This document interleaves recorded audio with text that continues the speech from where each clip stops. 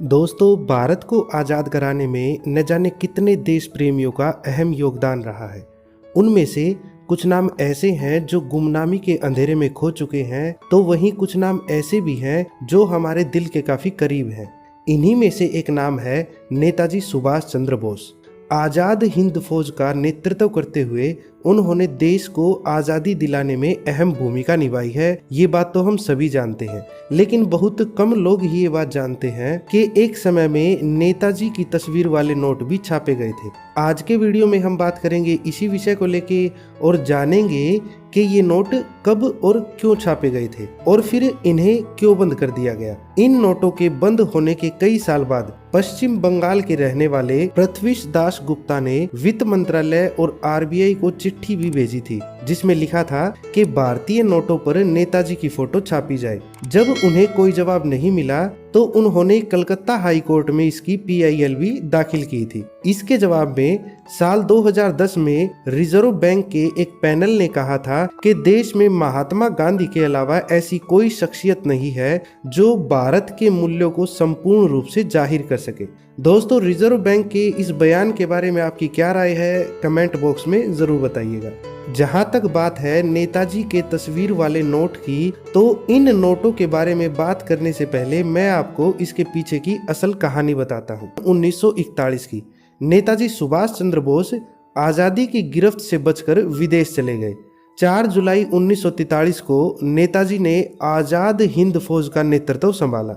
इसके बाद 21 अक्टूबर 1943 को सिंगापुर में नेताजी ने एक अस्थायी सरकार बनाने का ऐलान किया। इस सरकार के लिए नाम रखा गया आज़ाद हिंद।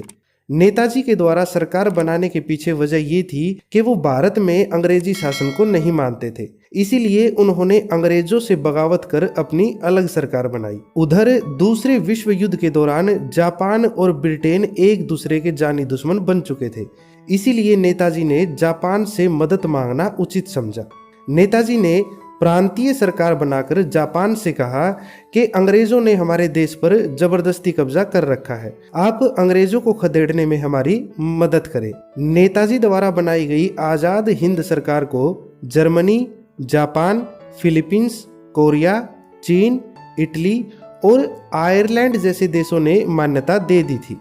इन देशों का समर्थन मिलने के बाद नेताजी ने देश को आज़ाद कराने के लिए अंग्रेजों के खिलाफ जंग शुरू कर दी। इस दौरान देशवासियों ने भी बढ़ चढ़कर आज़ाद हिंद फौज के लिए चंदा इकट्ठा किया। इन पैसों को संभालने के लिए अप्रैल 1944 में आज़ाद हिंद बैंक भी बनाया गया। इस बैंक की स्थापना रंगून में हुई थी। आज़ाद हिंद बैंक की स्थापना के बाद सरकार चलाने के लिए जब नेताजी को पैसे की जरूरत पड़ी तो उन्होंने आज़ाद हिंद बैंक के तहत अपनी करेंसी भी जारी कर दी।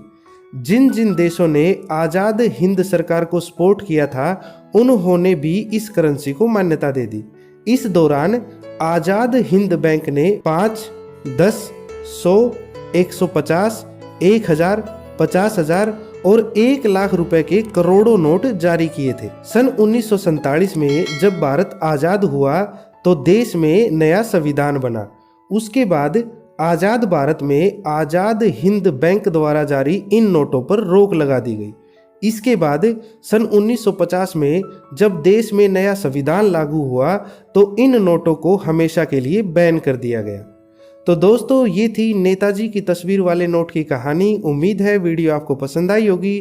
बने रहे हमारे साथ ऐसी ही रोचक जानकारियों के लिए। जय हिंद, जय भारत।